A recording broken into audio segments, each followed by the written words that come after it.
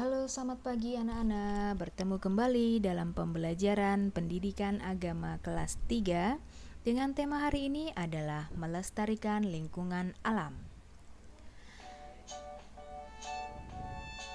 Nah, anak-anak, sebelum kita melakukan pembelajaran, ada baiknya kita berdoa terlebih dahulu.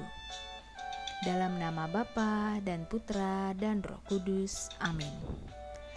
Ya Tuhan, terima kasih karena kami dapat belajar kembali. Sekarang kami akan belajar.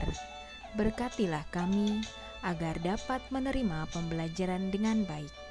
Amin. Dalam nama Bapa dan Putra dan Roh Kudus. Amin. Baik anak-anak, untuk tujuan pembelajaran kita pada hari ini adalah: yang pertama, kalian dapat menjelaskan tujuan memelihara lingkungan alam. Yang kedua, kalian dapat menjelaskan cara memelihara lingkungan. Yang ketiga, menjelaskan tindakan yang dapat dilakukan untuk melestarikan lingkungan alam. Dan yang terakhir, kalian dapat menuliskan moto atau semboyan tentang mencintai lingkungan alam.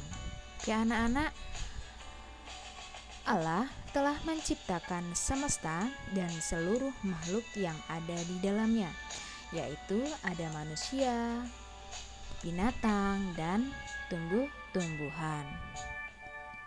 Alam semesta yang telah Allah ciptakan ini menjadi tempat tinggal kita, tempat untuk bertumbuh dan berkembang bagi makhluk yang ada di dalamnya. Allah sendiri memberikan segala sesuatunya yang kita butuhkan melalui alam, seperti yang pertama, makanan untuk mengisi energi kita. Yang kedua, tanaman herbal. Ketika kita sakit, kita dapat menyembuhkan tubuh kita dengan memanfaatkan tanaman herbal. Lalu yang ketiga adalah tempat tinggal. Tempat tinggal ini untuk melindungi kita dari panas dan hujan ya.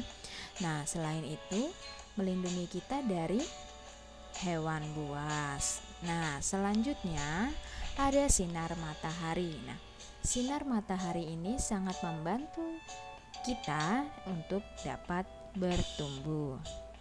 Selanjutnya ada air untuk kehidupan kita.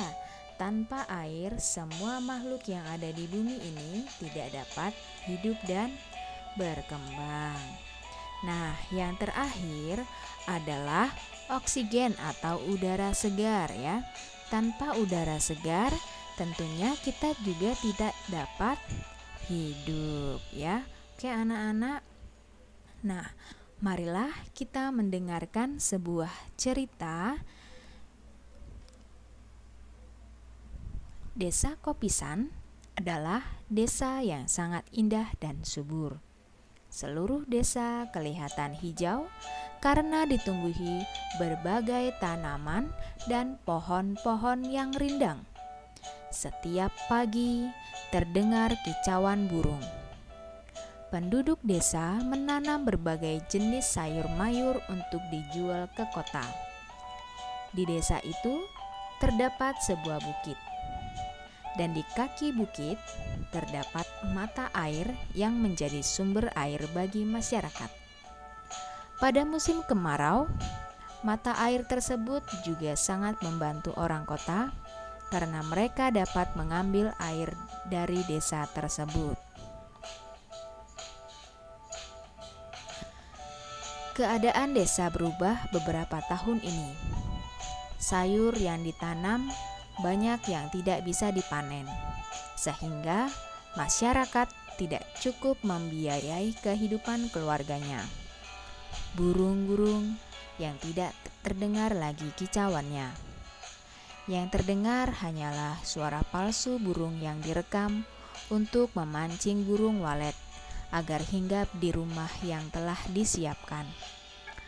Mata air yang dulu tidak pernah berhenti mengalir sekarang justru kering dan masyarakat mengalami kesulitan air pada musim kemarau.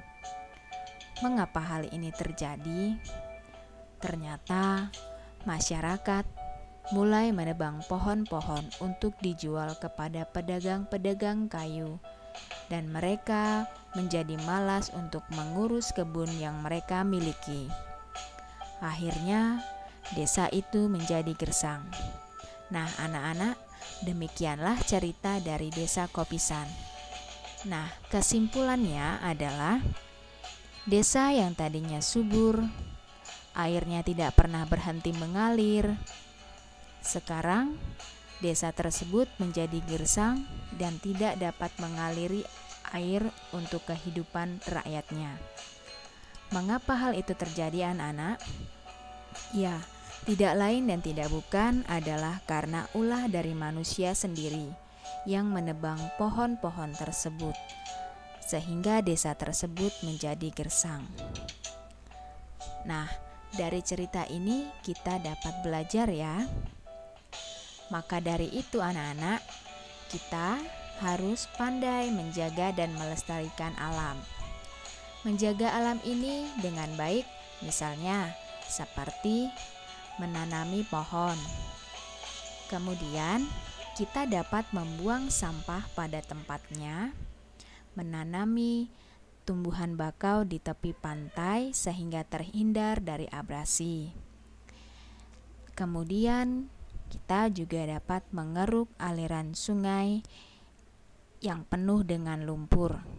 Dan yang terakhir, kita dapat menjaga kelestarian binatang-binatang yang sudah hampir punah. Nah, anak-anak, kira-kira itulah tadi cara kita supaya kita dapat menjaga dan melestarikan lingkungan alam. Selanjutnya, tindakan apa sih yang dapat aku lakukan untuk melestarikan lingkungan?